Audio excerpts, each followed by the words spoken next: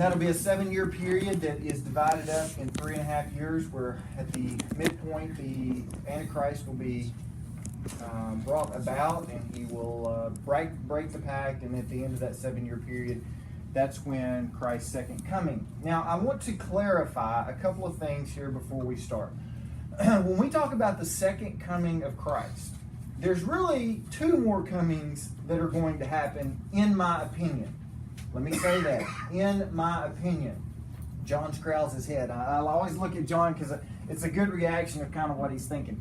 But the first coming, in my opinion, when the rapture happens, and I'm going to give you a couple of different scenarios when we get to that point in our lesson, but God is going to come at the beginning of that 7-year period, and all of the church is going to meet him in the air. That is going to be the rapture. Now, when Christ comes at the end of that the end of that 7-year period, that is going to be when he establishes his millennial kingdom. That's when the beast is going to be put for 1,000 years, or that Satan is going to be put or bound 1,000 years in the abyss. So almost a 2 coming event. One at the rapture, one at the end of the 7-year period. But the rapture he's coming for us. And when he comes to establish his kingdom, he's coming with us. We're going to come with him. Okay? I'm not going to go into that in much depth, because when we get to the rapture, we will dive into that quite a bit. So, as I said last week, I want to focus this week on the society, the moral decline that's coming up as we get closer and closer and closer to the end of the beginning of that 7-week period, Jacob's trouble, all of that. So we're going to focus on what we know the Bible says is going to happen as we get closer to that period of time. So the signs of the times. Was there any questions that come up before we go forward from last week? I don't want to spend a lot of time on it, but I wanted to give a little bit of time to focus on anything that might have come up from last week. Anything? Okay. So let's look at now the ending here as we get closer to the ending of the church age. When I say the church age, do you know what that means? It was brought to my attention that I might have used some terms that may not have been completely understood. What if I said the age of the Gentiles? Does that make sense to you? Shake your head yes or no. We are currently in the church age. That was from the time when Christ went to the cross to the time of his second coming at the beginning of the rapture, or the beginning of that 70th week. We are in the church age, or if you want to call it the age of the Gentiles, that would work as well. That's the age that we're in now. So when I say the church age, I'm speaking about what we are right now. There was not a church in the Old Testament. The church was not established until after Pentecost. That's when the church was established. Well, I guess when Jesus' ministry came to an end there at the very end. So keep that in mind when I use that term. Now, we don't know, as I've said before, the exact time or the date of Jesus' return, but we do know that its nearness is approaching by a couple of things that have been mentioned in the Bible, and we're going to talk about those this morning. Now, in Daniel chapter 9, verse 24, and then again in 9 through 10, we read, "But you, Daniel, shut up the words and seal the book, even to the time of the end. Many shall run to and fro, and the knowledge shall be increased. Go thy way, Daniel, for the words are closed up and sealed to the time of the end. Many shall be purified and made white and tried, but the wicked shall do wickedly, and none of the wicked shall understand, but the wise shall understand." The words here declare the prophecy of Daniel. Daniel's kind of telling us that this, at the end of time, all of the words will all of a sudden be exposed. They will come to light, or a lot of it will come to light. Keep in mind here, and notice that he says the time of the end. This isn't the time of the end of the world. This is the last days prior to the coming of prior to Daniel's 70th week. Let me spit it out here. And notice here, very important, that it says the wise shall understand, that knowledge shall increase. Now, when I talk about the knowledge that would increase, what do you think that knowledge is? Is it knowledge in general, scientifically speaking, philosophically speaking? What knowledge would you think that would be? I think it has to do with technology advancement, maybe. Technology advancement? Any other stabs at it? I would think it would be more like God's purposes were more revealed to us. Yes. And let me explain why that is. If you see at the bottom, it says that the wicked will not understand, but the wise will.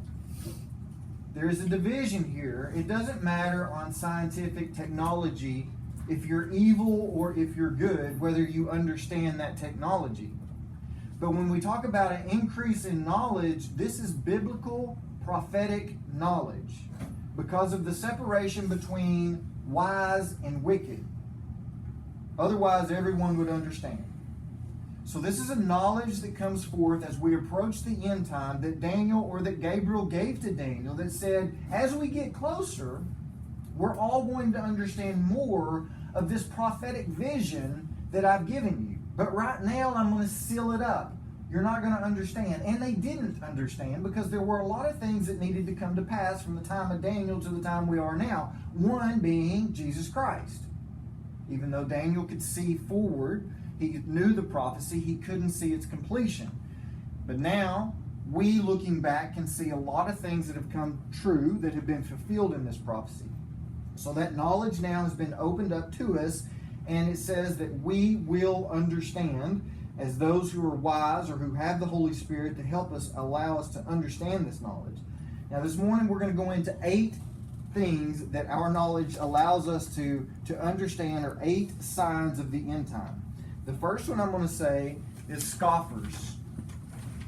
As we go through each one of these, I want you to, in your mind, apply what is in Scripture to the current day events. Think about things around us that are happening.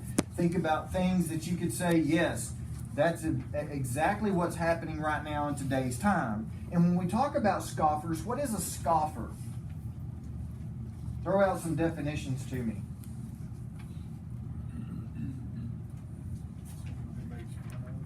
Makes fun of. A doubter.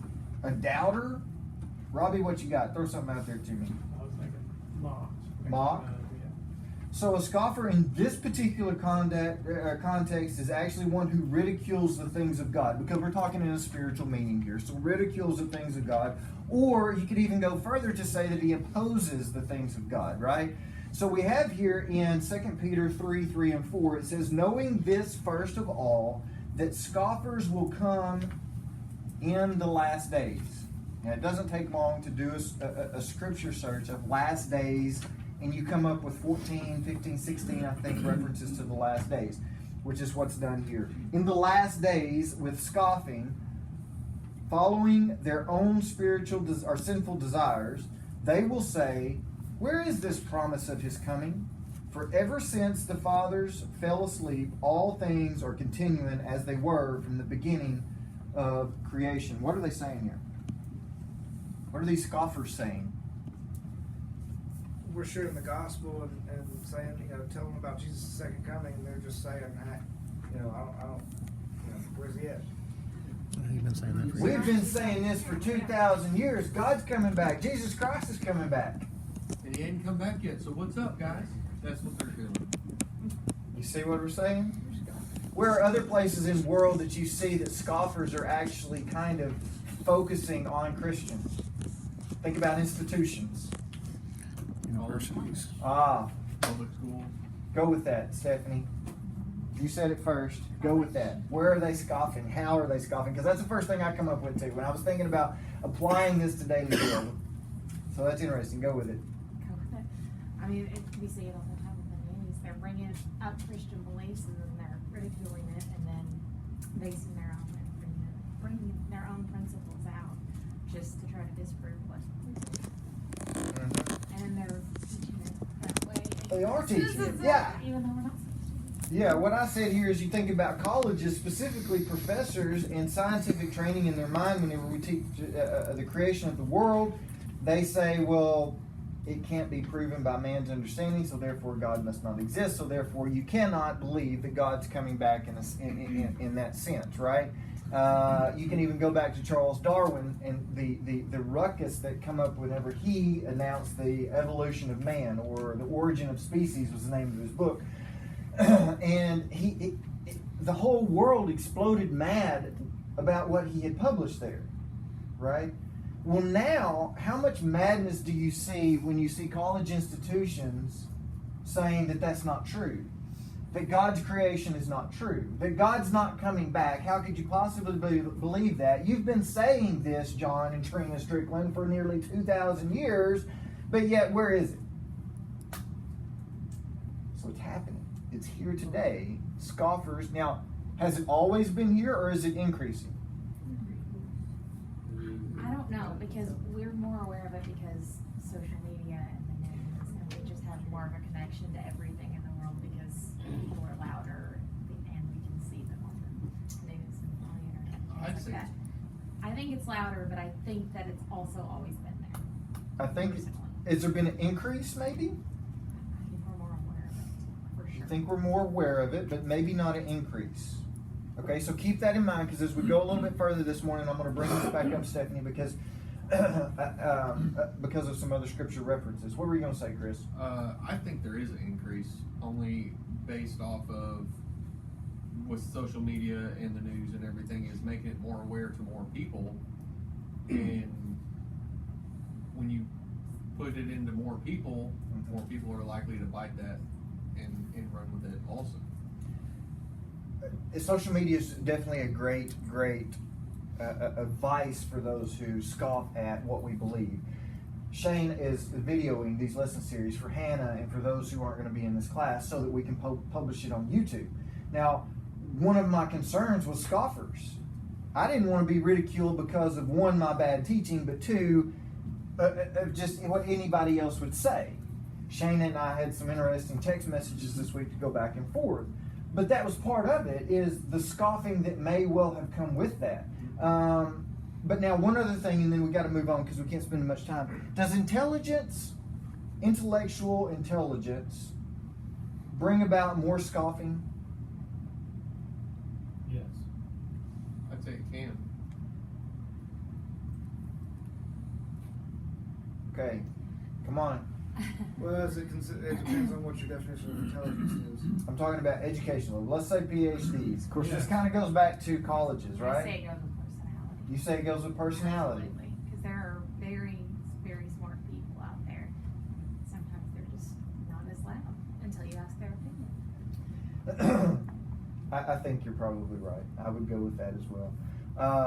Intelligence isn't necessarily an indication of someone who's going to scoff. However, those who have the personality seem to be intelligent that are standing in front of our colleges that right now are those who are telling us, why is it that you believe the things you believe? That's just ludicrous. Our definition of intelligence and God's definition of intelligence is two way different things. That's right. Yeah. That's right. Yeah, And if you're especially talking about our definition of intelligence, I would say that there is a higher percentage of the people that our world considers intelligent It's that disbelief. would be scoffers than the opposite. I would agree with that as well. Okay, number 2, apostasy. What is apostasy? What does apostasy mean? Stacy, any ideas? Shoot me a word. Apostasy. Well, I didn't leave it for you to guess. Say it again, Ashley. You got it. Oh, good job.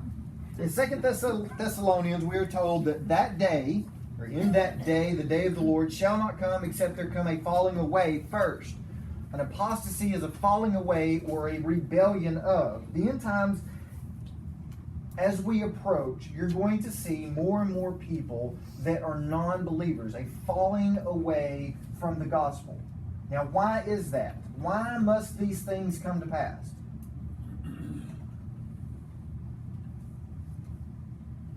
Why should there be a falling away? I read one commentator who said there would be a revival of the church before God came. Can you? What was the question? Why must there be a falling away before Daniel's 70th week? We need a falling away for the Antichrist to come on the scene and be the power. Very good, Jacob. Absolutely. Because the Antichrist is going to demand that the world worship him. He wants to be God. That's the reason he created his sphere in the same way that God created his in a trinity. The Antichrist is doing the same thing. So he wants to be worshipped. So he will demand worship from the world when he establishes power. Okay? So for that to happen, as we get closer to the end time, there must be a falling away. Now the question comes, do you feel like in our day and time that we are seeing a falling away? Melissa says yes. Robbie says yes.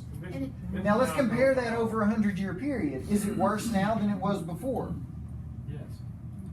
Give me some reasons why you believe The that. same thing that almost everything has gone back to today. Social media. I mean, and media in general, not just social media. TV, everything. You look at what was on TV whenever TV was first created, you look at what is on TV now. I mean, that right there will show you that's a lot of the reason for the falling away is any kind of media, period.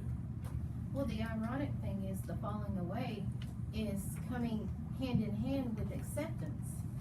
Acceptance of who people are, acceptance of homosexuality, acceptance of anything that is not biblically based. Well, and as parents, like, they're becoming more accepting of these changes. Mhm. Like my grandparents, they're like, no, this is what we believe. This is how you do things, kind of. And now parents are becoming more like, well, this is what we're gonna accept as an okay thing. Well, it's also a numbers game too. I mean, in the grand scheme of things, the United States is small compared to China and India and all those two countries. Christianity is non-existent. Almost You're talking non-existent. billions of people. So And there's a reason. I can't wait to get into that part of the study. But yeah, that falling away that we're going to see has to occur as we get closer to the end time. I believe now that it has gotten worse. And the reason I say that, this is my belief. I told you when I say something like that, keep in mind this is not a biblical, this is Jeremy Holloway's point of view here. That as we are looking at getting closer, you take, for instance, the time, Patrick, perfect example, when TV started and we were watching Andy Griffith, the morals that were on that. You go up to Murphy Brown, where Murphy Brown started, and now we had a single mom who had a baby out of wedlock. That became okay. Now you have television and cartoons, which I forget which was one of you told me not too long ago that there's a cartoon now that has a homosexual parents on it. I don't know which one that is, it doesn't matter, but the acceptance of the level has just continued to go on down through time. There's a falling away of what we feel like Christian morals, what we hold as standard, that we're like, oh, it's just ignore it. Just ignore it. That's our Christian attitude. Just ignore it. People misunderstand loving for acceptance. Absolutely. You can love a and not accept the sin. And that is what the world has done, and social media has multiplied that by a million. Absolutely. We're at number 2, and I've got 10 more. False teachers. That's going to come along with the whole falling away. There's going to be false teachers. Notice he says there's a time coming when they will not endure sound doctrine, but they will, after their own lust, they shall heap up to themselves teachers having itching ears, and they shall turn away their ears from the truth and shall be turned into fables. Paul wrote to Timothy here, and he said, they're going to have itching ears. They're going to be turning away from sound doctrine. The first thing I thought about is many churchgoers today are going for the feel-good gospel. Osteen. The first name. Everybody was thinking that. Since I'm on camera, I'm not going to say that. But there is a lot of that feel-good gospel out there, right? There is no more of the sound doctrine where we're talking about the new birth or where you're talking about total depravity. They don't want to hear that. And so there's a falling away. Those false teachers, those false fables that they're propagating to us, is very much on the rise. Health, wealth, and prosperity. You see these mega churches, and a lot of them are in that same sphere where they're teaching that if you're healthy and you're wealthy and prospering, then that means you're doing the will of God. Well, I would hesitate to say Paul didn't feel that way when he was beaten and stoned the whole time he was spreading the gospel. Spiritualism. This one's very interesting. I want so badly, and we may be able to do this as we get towards the end, but talk about the spirit world and how it is going to transform as we come up to the end times. But Paul teaches here that people will be led astray by evil spirits and occult teachings. How much do you think that this has increased here, just very briefly, one or two comments, in the last 100 years? Do you see an increase in occult teaching? Satanism. If you go out to the Air Force Academy in Colorado Springs, they now have a statue to the Wiccan god or to the Wiccans. Isn't somebody in Little Rock trying to get one? There's one in Little Rock that There's I a don't group know. that travels around the world with it. So they want one put in Little Rock. You want it right next to the Ten Commandments. They want it right next to the Ten Commandments. Is there an increase in it? I don't know for certain, because this was very, very prevalent back in some older times as well. Has there been an increase in it? I'm not certain, but they say, but Paul says that there in the latter days there will definitely be an increase, and that must come to be because to worship Satan, it has to be an occult, right? So we're kind of preparing and stacking those things up so that we get to that point where when finally the Antichrist comes to rise, it's going to be like, oh yeah, well I heard about this. So that's the reason he says it here. Paul warns that the end times will be carried by a growing society of demonic cults, many of these devilish philosophies. He's going to forewarn that people are going to turn their backs on Christianity and embrace this religious teaching of secular prophecies that will be completely by all these lying and false teachers. All of those things have to come to be. 5, perilous times.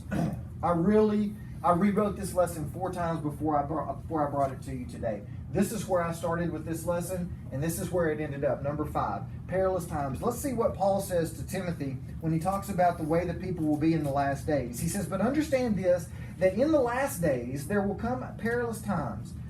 Here it goes. For people will be lovers of themselves, lovers of money. Those two go together, and they nearly always go together. They will be proud, they will be arrogant, they will be abusive, they will be disobedient to their parents, and they will be ungrateful.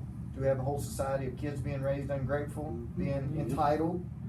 Absolutely. Unholy, heartless, unappeasable, slanderous, without self-control, brutal, not loving good, treacherous, which means traitorous, reckless, swollen with conceit, lovers of pleasure rather than lovers of God, and having a form of godliness, meaning they have some sort of form of that, but denying all the power of it. Oh yeah, there's probably a God out there, but what difference does it make? Okay? Is this expanding now in our current society? I believe wholeheartedly this is you go through this list. We are protected here in Cabot, Arkansas. I was protected in Desark, Arkansas. But when I got to New York with my first job, I was like, holy cow, this is crazy. This is reality of what we're facing. And so, yes, I believe it's getting more and more close to the end times because what? He characterized it in 3 things. Paul characterized, he said, people without character, people without conviction, and people without conscience. Now, have these people existed since the beginning of society? Yes. Absolutely. Absolutely. Guess what? In the Garden of Eden, these people existed. Satan come up, and he was right there trying to get this into Eve. He said, today, however, take that last part out. I'm going to say this. Christian standards of moral and decency have been absolutely swept aside. Bobby brought up an interesting point. I was talking to him this week. I was hoping he was going to be here. When we talk about people like this, why was there a big to-do over the Chick-fil-A opening in Toronto? Was it because they didn't like the chicken? No. Was it because they were preaching from behind the counter of God and Christ? Why did they have such a big to-do in Toronto?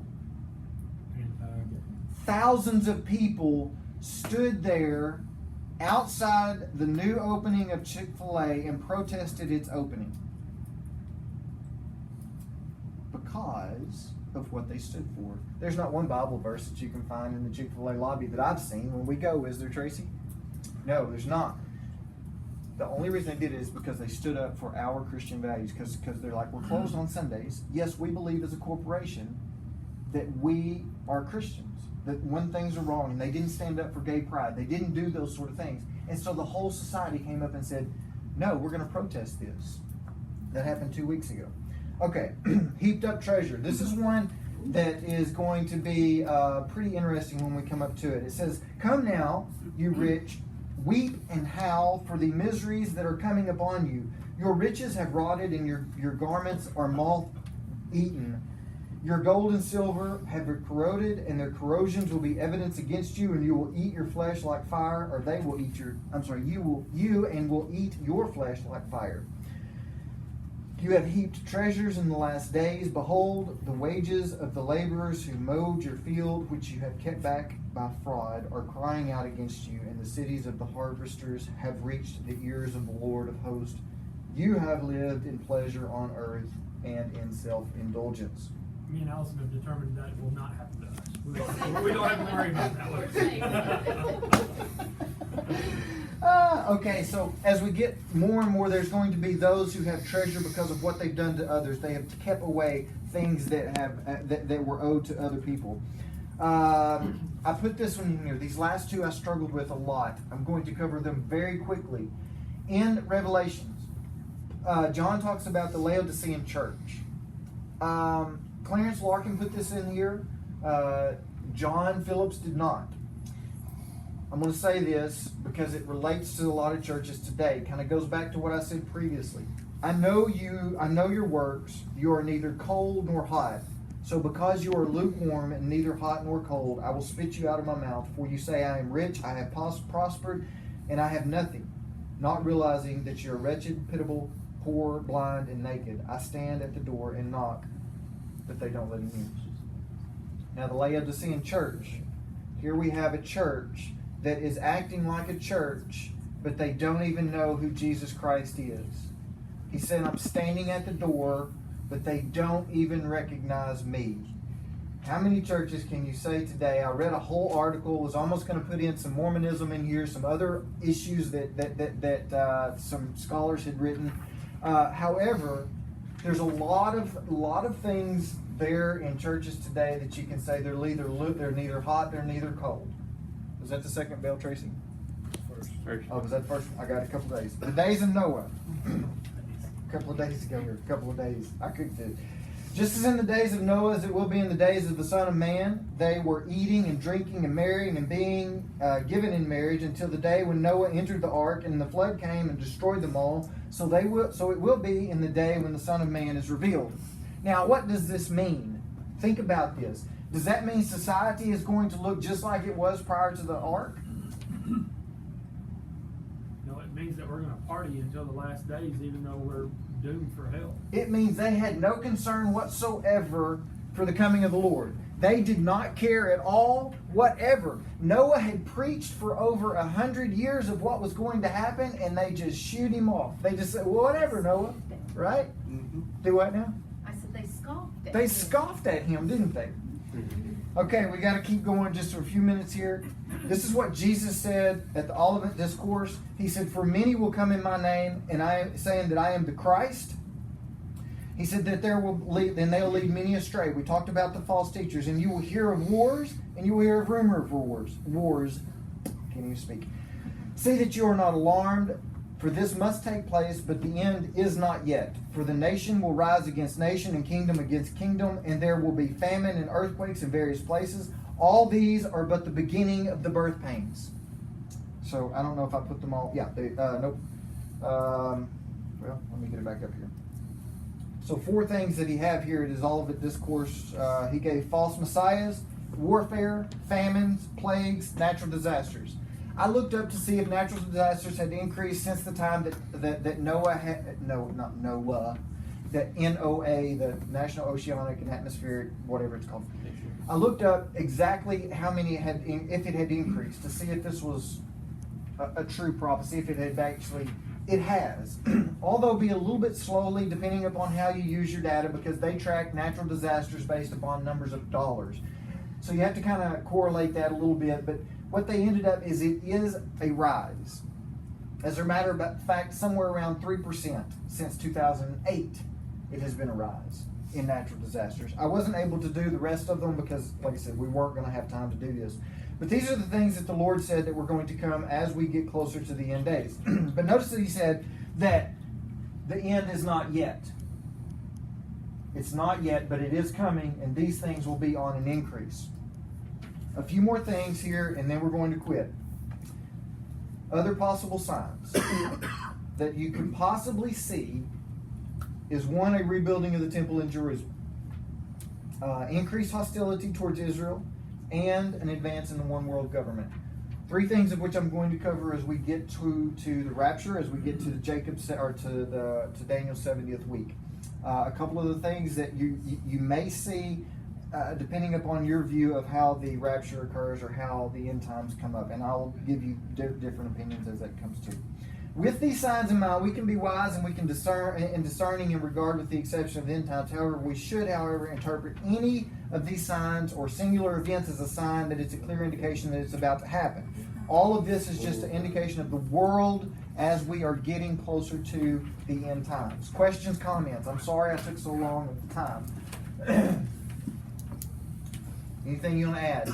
Next week, very important. I'm going to teach something I've never taught before in the history.